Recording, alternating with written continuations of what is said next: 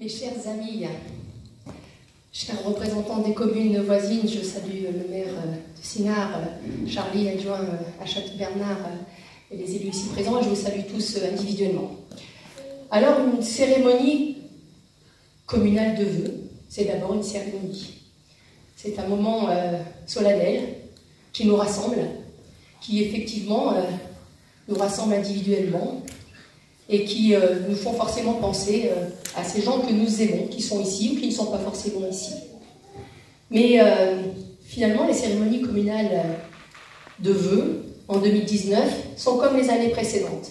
Elles tombent toutes en janvier et fait exprès, la majorité tombait pratiquement toutes ce soir.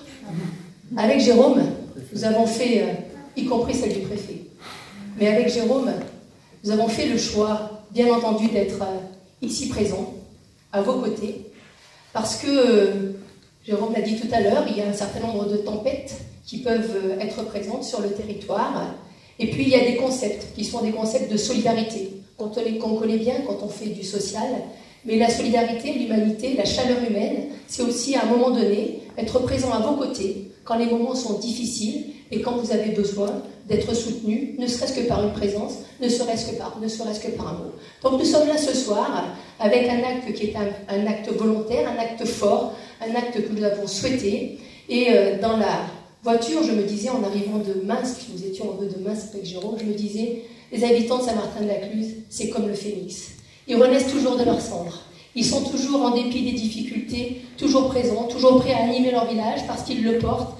Et très honnêtement, vous savez, moi quand j'étais jeune, Saint-Martin-de-la-Cluse, ça me faisait rêver. C'était un petit peu la ville, en tout cas plus grande que Miribel-Blanchâtre. C'était le coin où il se passait un certain nombre de choses. Et au cours des années, tout cela n'a jamais été démenti. Quelle que soit la tempête que vous avez pu traverser, vous avez toujours porté votre village, vous avez toujours permis aux enfants d'y grandir, aux jeunes d'y forger leurs racines. Et je crois que c'est ce que nous devons retenir de Saint-Martin-de-la-Cluse et ce que je voulais vous dire ce soir en ce qui concerne cette cérémonie communale de vœux.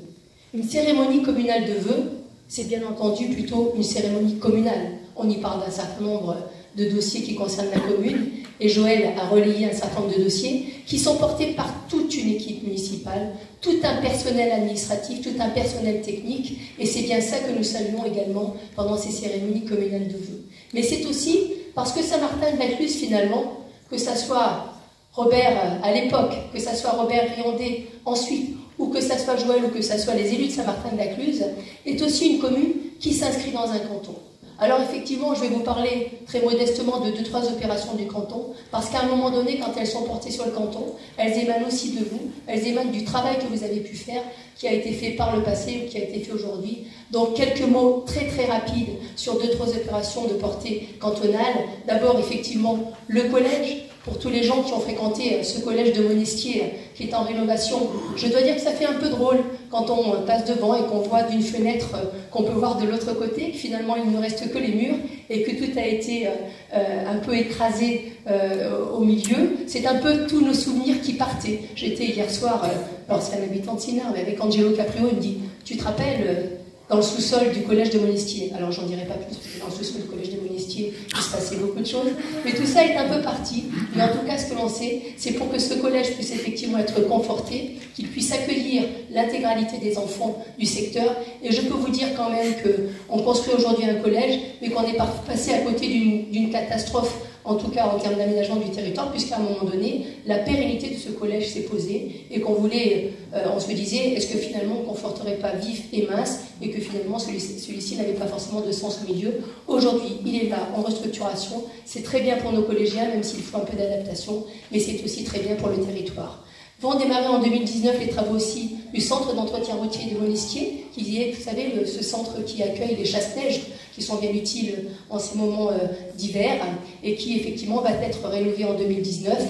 Également, la caserne de sapeurs-pompiers de Cresson-Vercors. Je le dis parce que les pompiers, et je regarde Freddy, c'est un ensemble de pompiers volontaires, de pompiers professionnels qui maillent un territoire. Et quand on rénove une caserne sur le territoire, c'est aussi le secours de l'intégralité des territoires qui est pérennisé sur un territoire. Et ça me permet de saluer le dévouement des pompiers, qu'ils soient volontaires, qu'ils soient professionnels, et des forces de l'ordre qui sont un peu mises à mal actuellement.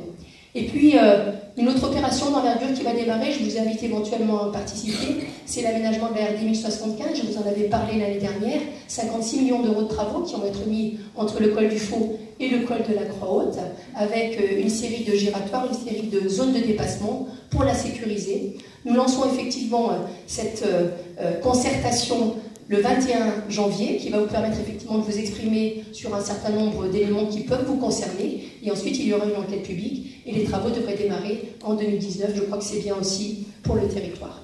Alors forcément, une cérémonie communale de vœux, ce sont aussi des vœux. Des vœux que je vous adresse à toutes et à tous individuellement.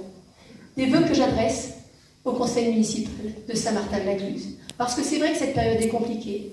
Et c'est vrai que vous avez organisé ces vœux, je sais, avec chacun portant d'un point de vue affectif une charge qu'il était compliqué à faire émerger. Vous les portez, ces vœux, collectivement. Vous portez cette commune collectivement. Sachez que nous sommes à vos côtés dans ces moments qui sont compliqués et qu'avec Jérôme et tous les maires aux alentours, nous sommes prêts effectivement à être présents en cas de difficulté. Et puis, forcément, une cérémonie communale de vœux. C'est peut-être 2-3 messages particuliers.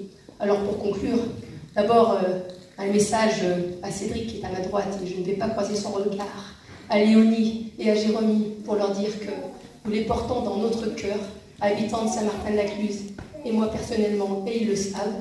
Et puis 2 mots pour notre ami Joël, accroche-toi, et on revient tous.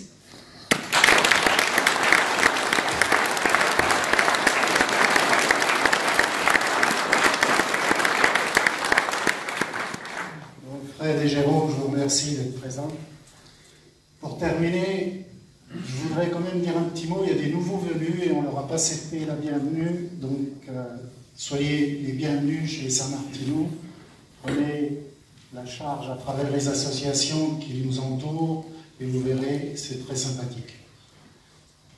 Je vous adresse à vous tous, à nous tous, les vœux les plus sincères de réussite dans cette nouvelle année et d'une santé retrouvée pour Joël. Je vous invite au pot de l'amitié organisé par le conseil municipal. Je vous souhaite une année 2019 rayonnante. Bonsoir.